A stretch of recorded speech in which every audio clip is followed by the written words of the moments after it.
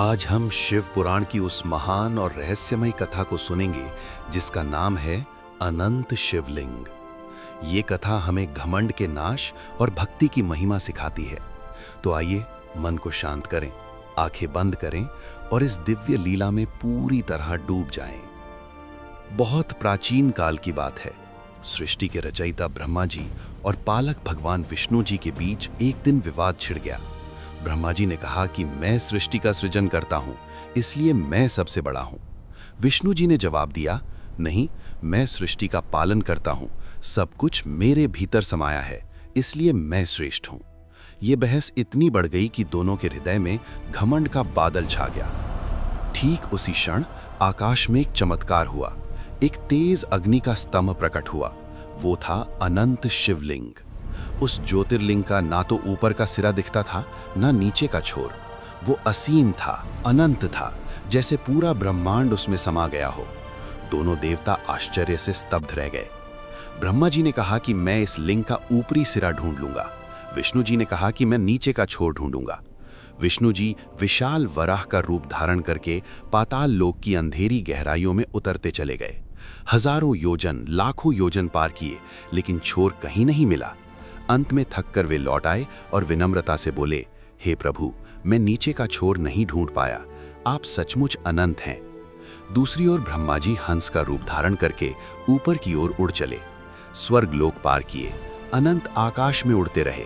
युग बीत गए, लेकिन ऊपरी सिरा कहीं नहीं मिला। रास्ते में उन्हें केतकी का फूल गिरता मिला।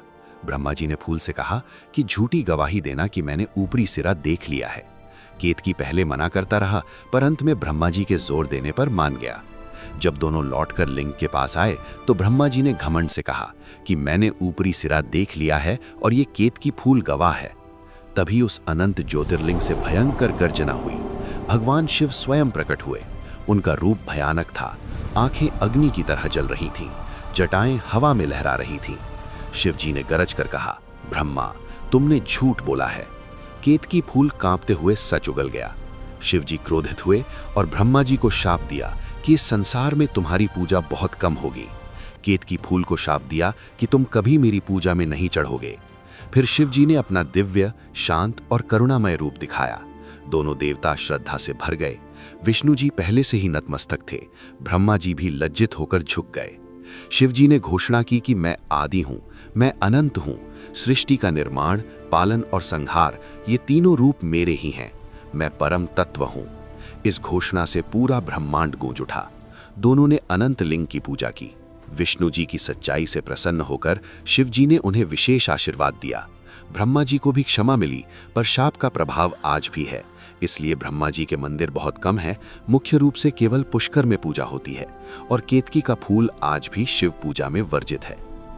दोस्तों, इस कथा से हमें यही सीख मिलती है कि घमंड और झूठ कितने भी बड़े हों, सत्य और भक्ति के सामने नहीं टिकते। भगवान शिव अनंत हैं, दयालु हैं, लेकिन अधर्म को कभी क्षमा नहीं करते। उनकी शरण में आने वाला भक्त कभी खाली हाथ नहीं लौटता। अगर ये कथा आपको छू गई हो तो लाइक करें, चैनल को सब्सक्राइब करें और कमेंट में जरूर लिखें, हर हर महादेव। अगली दिव्य कथा तक जय भोलेनाथ।